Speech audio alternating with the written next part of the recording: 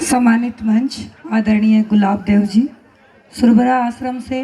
वैसे मैं बेसिकली बता दूं, गुरुजी यूपी से हैं, अपने हरियाणा के अंदर दणोदा गांव के पास एक आश्रम में सेवा देते हैं। और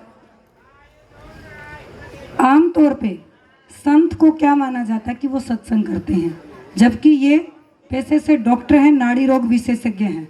हमारे जैसे ऐसे मरीज जिनका कहीं पे भी इलाज संभव नहीं है, वो इनसे संपर्क कर सकते हैं। खाली पेट जो है ये आयुर्वेदा से चिकित्सा से लोगों का इलाज करते हैं। ये तो था हमारे साथ आई महान विभूति का परिचय। अब मैं मुद्दे की बात पे आती हूँ।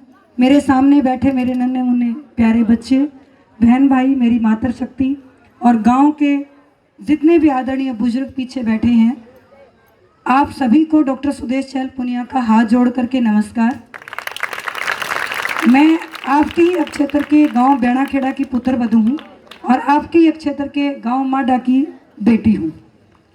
ये तो है मेरा पारिवारिक पृष्ठभूमि। उसके बाद गांव खरगपुनिया के अंदर AM इंटरनेशनल स्कूल चलाती हूँ। ये पीछे भाई थोड़ा सा किल की पुकार का थोड़ा सा 5 मिनट का आप समय दें।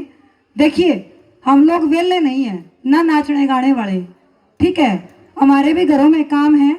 हम लोग यहाँ आपके बीच आए हैं, आप लोगों पे एहसान नहीं कर रहे, आप लोगों से एक एहसान मांगने आए हैं कि हमारी जो ये युवा पीढ़ी गर्त में जा रही है, इसको बचा लो, इस पीढ़ी को बचा लो। थोड़े दिन पहले आप देखते थे कि किसान आंदोलन के लिए ये इतनी मातृशक्ति, ये इतना ही भाईचारा दिल्ली टिकरी बॉर्डर पे बैठा था। किस चीज के लिए बैठे थे? कि काले कानून वापिस हो जाएं। क्या हमारी लड़ाई सिर्फ सरकार तक है या उसके अलावा भी है? हमारी जो असली लड़ाई है ना, वो हमारे में है।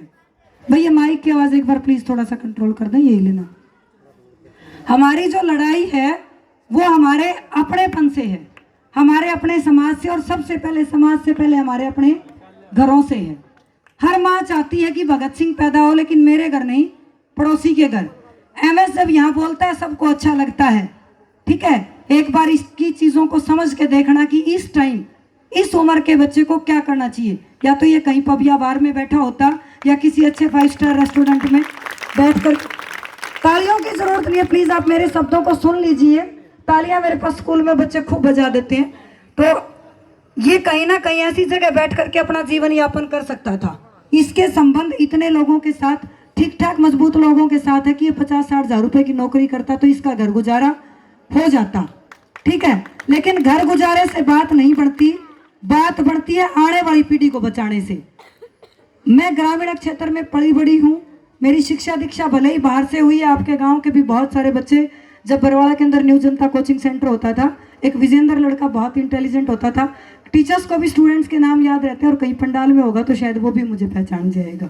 आज से 12-13 साल पहले कभी स्टूडेंट्स होते थे डाटा के। तो हम लोग यहाँ जो आए हैं, इसके पीछे का मिशन देखिए कि ये क्यों अपनी नींद, भूख और अपने परिवार को छोड़ करके गांव गांव भटक रहा है। ये कोई राजनेता नहीं है, ना हम किसी राजनीतिक पार्टी से संबंध रखते कि आप लोगों से वोट मांगने आए। हम मांगने आए कि हमारे देश की जो ये असली नस्ल और असली फसल, जिसको आप आगे बैठाए बैठे हो ना, इसको बचा लीजिए। बच्चों की शिक्षा दीक्षा का अच्छा प्रबंध कीजिए। अपने सारे काम छोड़ करके इनकी पढ़ाई के ऊपर तवज्जो दीजिए। अपने घर के अनुशासन को मेंटेन करके रखिए। ये जो बच्चे नशे की लत में जाते हैं, कहीं ना कहीं, पहले रूप से मैं एक बहुत कड़वी बात कहूंगी, मेरी माता बहनों को बुरा लगे तो सोचना जरूर, कहीं ना कहीं उस चीज के लिए माँ जिम्मेदार होती है। क्यों?